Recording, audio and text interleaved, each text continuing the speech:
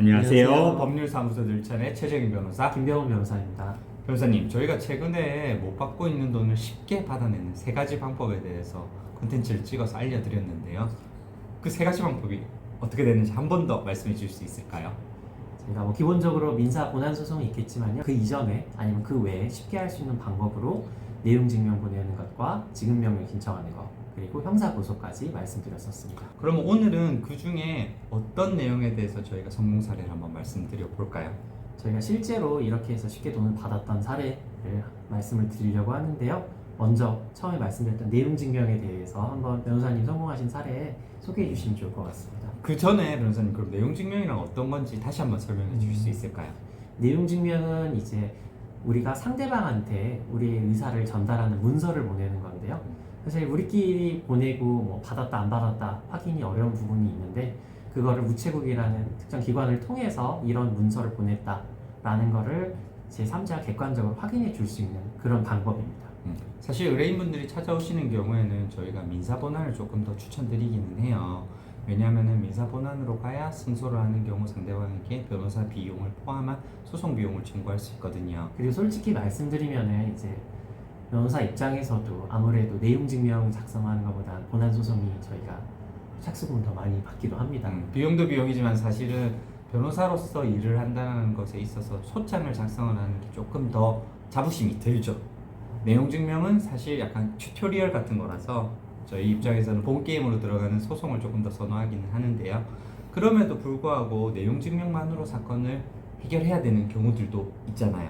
어떤 경우들이죠? 아무래도 당사자들 입장에서는 그 말씀드린 것처럼 본안 소송이 비용도 많이 들고요. 또 소송하면서 시간도 많이 들어가고 그리고 그러면서 이제 서로 마음고생하고 정신적인 고생, 물질적인 고생하는 거 그런 거를 다 고려해 봤을 때는 우선 내용 증명으로 간단하게 해결되는 거를 바라는 분들도 분명히 있습니다. 그래서 실제로 내용 증명만으로 사건을 끝낸 그런 사례가 최근에 있으신 걸로 알고 있는데 소개 좀 해주시겠어요? 네. 최근에 저희 의뢰인분이 상가시설을 임차를 하셨어요. 상가 건물뿐만 아니라 그 부속되는 영업시설물, 설비 일체 등을, 그러니까 영업 자체를 임차를 하신 거죠. 근데 임차를 해서 영업을 시작해 보니까 정상적인 그 영업시설물이 아니었어요. 예를 들면은 영업시설물이라고 하면은 저희 의뢰인분이 운영하셨던 사업체의 특성상 상업용 냉 온수가 제공되어야 하는데 임대인분이 일반 가정용 냉온수 시설을 설치해 놓은 후 그걸 영업시설물로 임대를 하셨던 경우거든요.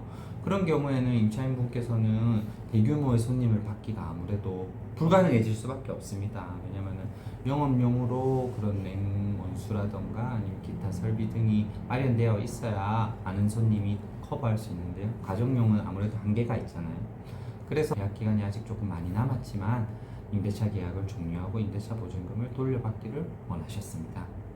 근데 그런 상황이면은 우리 의뢰인 같은 경우에는 영업을 못 하시니까 월세 내기도 빠듯하셨을 것 같은데. 네, 사실 여기에서 그렇기 때문에 내용 증명을 보내는 실익이 있었는데요.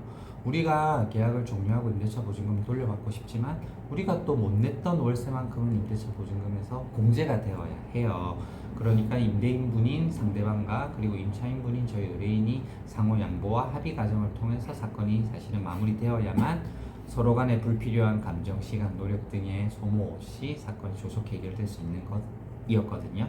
그래서 저희 의뢰인분의 요청을 받아서 저희가 이 내용 증명은 서로 간의 불필요한 법적 분쟁을 줄이기 위한 것이니까 서로 오해하기보다는 서로 원만하게 해결하기 위한 수단으로서 받아들여 주시기를 바라고, 우리가 줘야 될 차임은 임대차 보증금에서 공제한 후 돌려받을 테니까 몇 월 며칠까지 영업시설물을 다시 인도받아 가시고 그때까지 공제하고 남은 임대차 보증금을 돌려달라는 내용으로 내용 증명을 보냈고요. 임대인분이 받아보시기에도 사실은 합리적이에요. 임대인분 입장에서는 그 임차인에게 정상적으로 임대차 목적물을 사용 수익해 할 의무가 있거든요.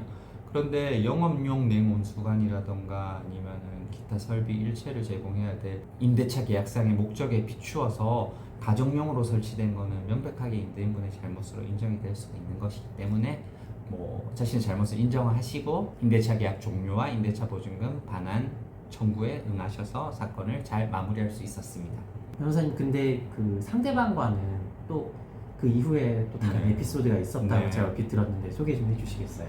저희가 내용 증명을 보내서 당연히 공격적이거나 우리 의뢰인분의 불편 불만을 그대로 담아 드릴 수도 있지만 그렇게 되면은 상호 합의를 조속히 이끌어내는데 사실은 지장을 초래할 수 있거든요.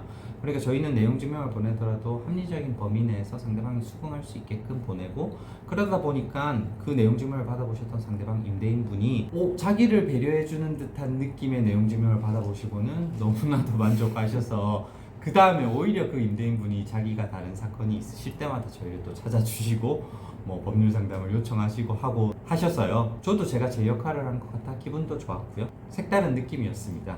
모두 다 행복하게 사건이 네. 전결됐네요. 네, 다행입니다.